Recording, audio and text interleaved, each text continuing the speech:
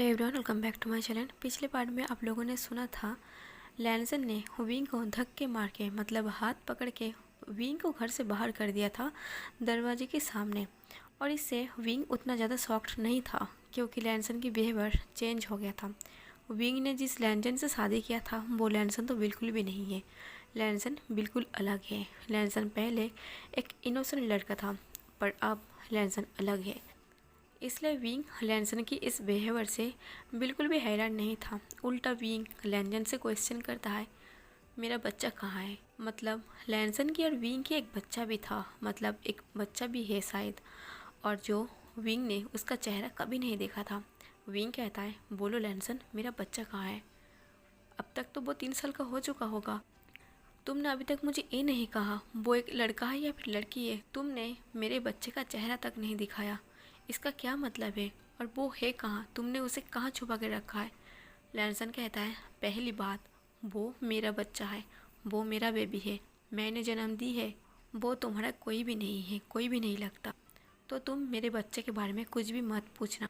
मैं तुम्हें नहीं बताना चाहता वो लड़का है या लड़की है, वो कितने साल की है, कोई भी क्वेश्चन मत करना। जब तुम्हारे साथ मेरा कोई रिश्ता ही नहीं है तो तुम बच्चे की बात क्यों कर रही हो? विंग को अब लैंसन की बातों से गुस्सा आ रहा था। विंग लैंसन के हाथ को पकड़ते हुए फिर से घर के अंदर आ जाता है और कहता है, तुम्हें क्या बोल रहे हो? हम दोनों के बीच में कोई रिश्ता नहीं है। तुम होगी और मैं मान लूँगा, तुम मेरे हस्बैंड हो और हमेशा रहोगे, और वो बेबी हम दोनों का है। मुझे बताओ हमारा बेबी कहाँ है? लैंसन कहता है, मैंने कहा ना, मैं नहीं बताता मेरा बच्चा कहाँ है। वो जहाँ भी है ठीक है, तुम उसकी टेंशन मत लो। विंग कहता है, पर मुझे देखना है। मैं हर बार अपने बच्चे के बारे में तुमसे पूछता रहता हूँ, तुम उसके बारे में कुछ क्यों नहीं बताते हो? वो कहाँ है? तभी लैंसन कहता है, मैंने कहा ना, वो जहाँ भी है ठीक है, तुम उसके बारे में मत पूछो। विंग कहता है, क्यों ना पूछूं? तुम बार बार एक ही बात क्यों कहते हो? तभी लैंसन कहता है, क्योंकि मैं नहीं चाहता तुम उसका चेहरा तक देखो। मैं तुम्हें उसका चेहरा तक नहीं देखने दूंगा। वो तुम्हारा बेबी नहीं है। वो लड़का है, लड़की है, देखने में कैसा है, वो कितने साल के, तुम उसके पास कभी जा नहीं सकते। मैं तुम्हें उसका चेहरा कभी नहीं दिखाऊंगा क्योंकि उसका डैड तुम नहीं हो। उसका डैड सिर्फ मैं हूँ, मैं, और कोई नहीं है। मैंने अपनी बेबी को खुद जन्म दिया है, मैंने खुद पाला है उसे। और तुम्हें नहीं पता तुम्हारे घर से निकल देने के बाद मैंने किस तरीके से उसे उस दुनिया में लाया हूँ। तुम्हें तो आइडिया भी नहीं है मुझे कितना पेन हुआ था, कितना तकलीफ हुआ था। तब तुम क्या कर रहे थे? तुम अपनी आलीशान महल में सो रहे थे। विंग कहता है, देखो लैंसन, मैं एक ही बात बार बार तुमसे कह के थक चुका हूँ। मुझे पता नहीं था तुम प्रेग्नेंट हो। अगर मुझे पता होता तुम प्रेग्नेंट हो, मैं तुम्हें कभी अपने घर से नहीं निकालता। लैंसन हंसते हुए कहता है, अच्छा ही हुआ तुम्हें पता नहीं था कि मैं प्रेग्नेंट हूँ। अगर तुम मेरे प्रेग्नेंट होने से तुम मुझे घर से नहीं निकालते तो मैं उस घर में नहीं रहता। अगर तुम्हें पता होता कि मैं प्रेग्नेंट हूँ और तुम्हारे बच्चे मेरे पेट में हैं तो तुम मुझे घर से नहीं निकाल। और जब तुमने मुझे घर से निकाला था तुम्हें पता नहीं था कि मैं प्रेग्नेंट हूँ और तुमने मुझे इतनी आसानी से अपने घर से निकाल दिया। इसका मतलब तुम्हारी लाइफ में सिर्फ तुम्हारे बच्चे, तुम्हारी मॉम, तुम्हारी फैमिली इम्पोर्टेंस है, मेरी कोई इम्पोर्टेंस नहीं है। ओह सॉरी, मैं ये सब बातें तुमसे क्यों कर रहा हूँ? प्लीज़ तुम यहाँ से जा सकते हो। ऐसे कह के लैंसन अपना मुंह फेर लिया था। वो विंग से पीछे होके खड़ा था। विंग बहुत ज़्यादा पेन में था। विंग की आंखों में नमी आ गया था और विंग की आंखों में नमी आने की वजह से विंग की आंखें भी रेड हो गया था। विंग लैंसन के सामने आता है और लैंसन की कॉलर को पकड़ते हुए कहता है, क्या तुम सच में मुझसे नफरत करते हो? तभी लैंसन विंग की आंखों में आंखें डालते हुए कहता है, तुम्हें समझ में नहीं आ रहा? मैं सच में तुमसे नफरत करता हूँ और तुम ये बात जितने जल्दी हो सके समझ जाओ, तुम्हारे लिए अच्छा है। विंग कहता है, क्या तुम सच में मुझसे प्यार नहीं करते? लैंसन कहता है, एक ही सवाल कितने तरीके से पूछोगी? मैं तुमसे नफरत करता हूँ, मैं तुमसे प्यार नहीं करता। मैं उतनी बार बोल सकता हूँ। और तुमसे प्यार तो क्या, मैं तुम्हारा चेहरा तक नहीं देखना चाहता। तभी विंग लैंसन को कहता है, मेरे एक मिस्टेक से तुम मुझसे इतना नफरत करते हो, मुझसे प्यार नहीं करते। मेरे एक मिस्टेक मेरा सारा मेरा एक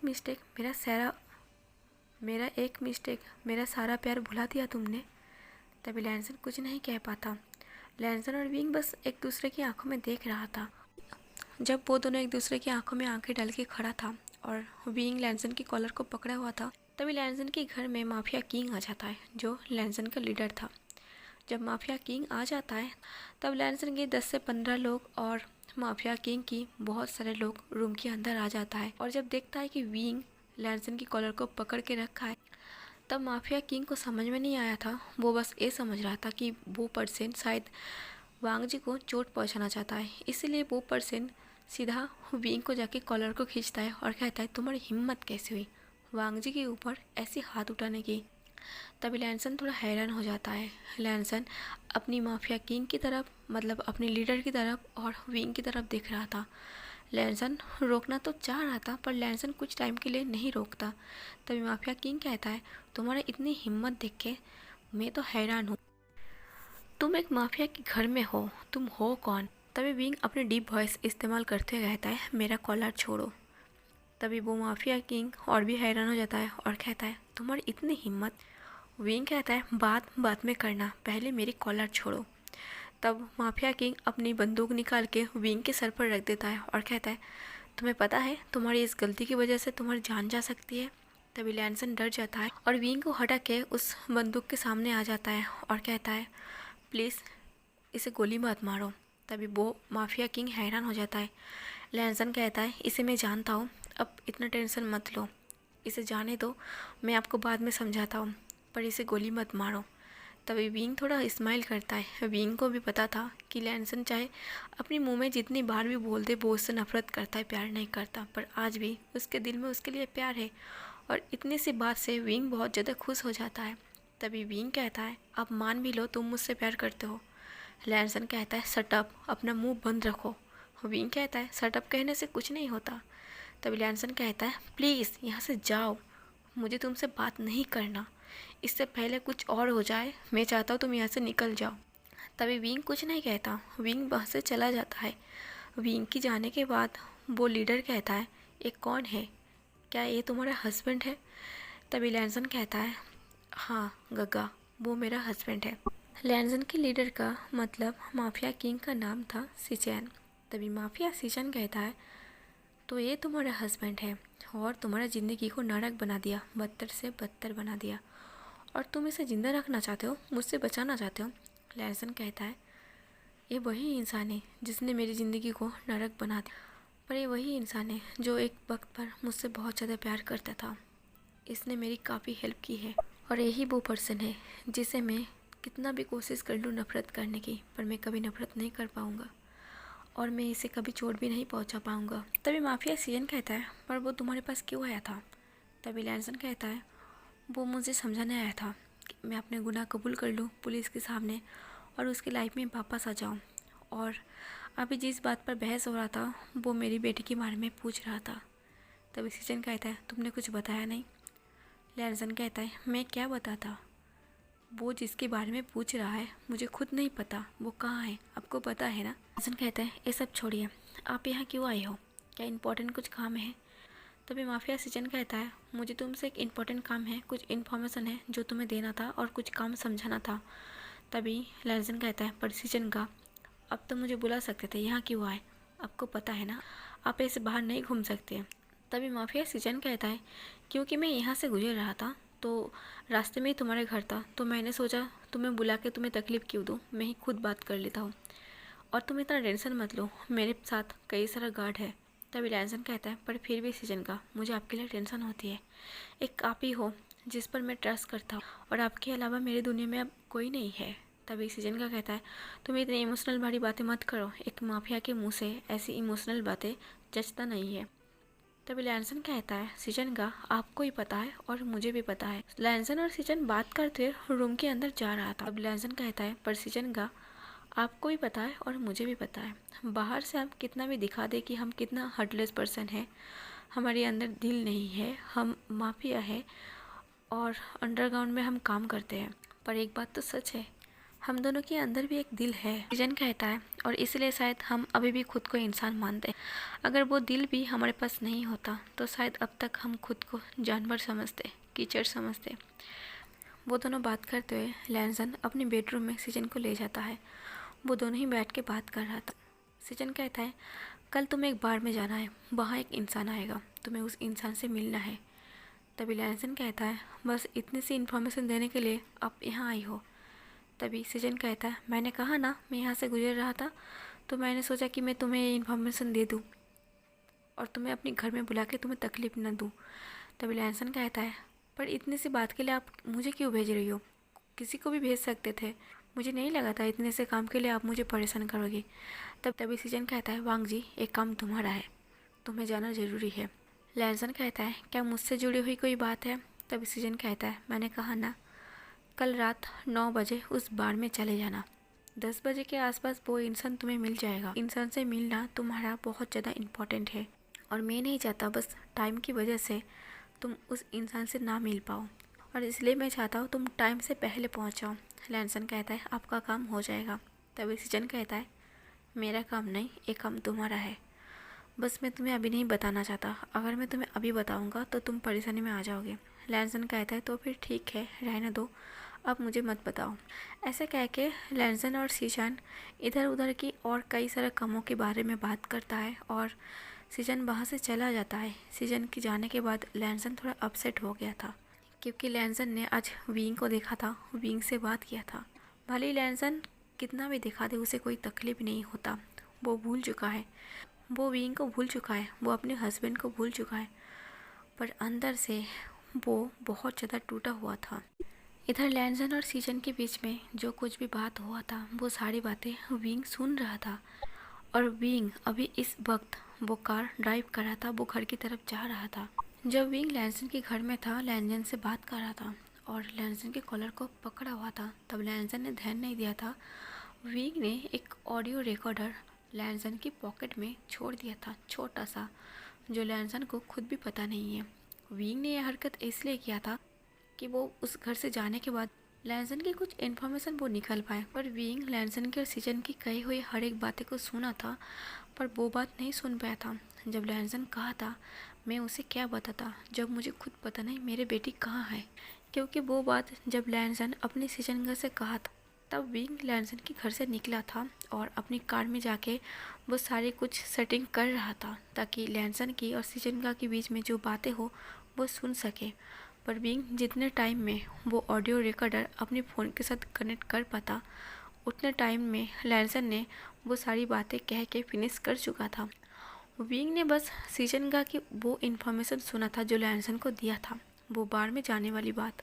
विंग को जब ये इन्फॉर्मेशन मिलता है कि कल रात किसी बार में जाने वाला है, तो विंग डिसाइड करता है कल रात विंग भी जाएगा उस बार में और जाकर देखेगा आखिर वहाँ क्या होगा।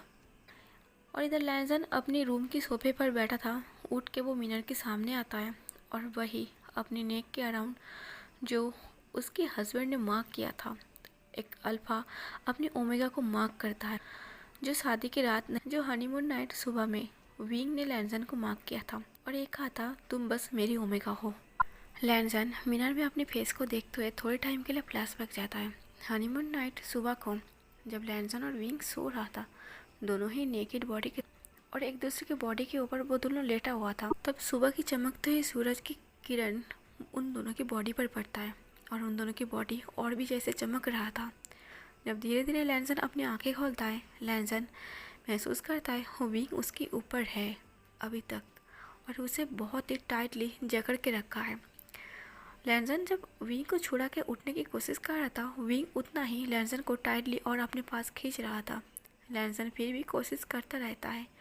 विंग कहता है, लैंसन तुम्हें भी पता है तुम ऐसे मुझे छुड़ा के नहीं जा सकते हो, पर फिर भी तुम क्यों कोशिश कर रही? तभी लैंसन कहता है, पर विंग मुझे जल्दी उठने की आदत है और मुझे उठना है, अगर मेरा नींद टूट चुका है तो मैं ऐसे नहीं लेट सकता।